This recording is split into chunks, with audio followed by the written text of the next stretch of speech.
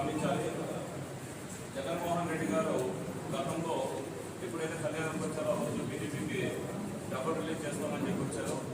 ఆ రోజు కానీ వాల్మీకి శక్తుల మీదుగానే వచ్చారు, కానీ ఆ రోజు కానీ వాల్మీకి శక్తులంతా పూర్తిగా డెకరేషన్ చేశారు. కానీ ఆ రోజున అక్కడ దిగి వాల్మీకి ప్రాధాన్యత ఇస్తామన్నాడు, కానీ అక్కడ వాల్మీకి విగ్రహాన్ని కుటుంబాలు వేయలేదు. ఆ రోజు కానీ కళ్యాణ నియోజకవర్గంలో చాలా మంది వాల్మీకులు బాధపడ్డారు. ఆయన వెళ్ళిన తర్వాత చంద్రబాబు నాయుడు గారికి ప్రోగ్రాం జరిగింది, బాబు శుద్ధి భవిష్యత్తు గ్యారెంటీ.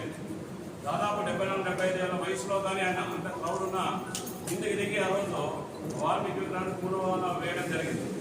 మరి తర్వాత ఈ రోజైనా వేస్తారని చెప్పేసి ఈరోజు ఉదయం కానీ అంత అలంకరణ చేశారు. బట్ ముఖ్యమంత్రి గారు జగన్ గారు అలాగే వెళ్ళారు, రంగయ్య గారు కానీ పక్కన ఉన్నారు, కానీ ఈ రోజు కానీ వాల్మీకి విగ్రహానికి పూర్వాలు వెళ్ళారు. అంటే కేవలం మాటల్లోనే వాల్మీకి ప్రేమ చూపిస్తున్నాడు తప్ప మాకు వాల్మీకులకు ఆరాధ్య దైవం అనేటువంటి వాల్మీకి విగ్రహానికి ఏ రోజుకి వచ్చినా కళ్యాణానికి వచ్చిన ఆయన ఏ రోజు కానీ పూలమాల వేయలేదు. ఇది మా వాల్మీకులందరికీ చాలా అవమానంగా మీరు మా వాళ్ళు బాధపడుతున్నారు.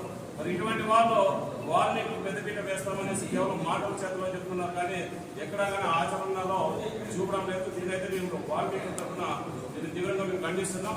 చంద్రబాబు నాయుడు గారు కానీ ఎప్పుడైనా ఇస్తున్నారు, మన అంత క్రౌడ్ ఉన్నా కానీ ముందుగానే మన సురేంద్రన్న గారు కానీ ఇబ్బంది కాకుండా ముందే వచ్చి వాల్మీకి విగ్రహానికి కావచ్చు, గాంధీ విగ్రహానికి కావచ్చు, అలాగే మన అంబేద్కర్ విగ్రహానికి కావచ్చు ముందుగానే పూర్వాలు వేయడం జరిగింది.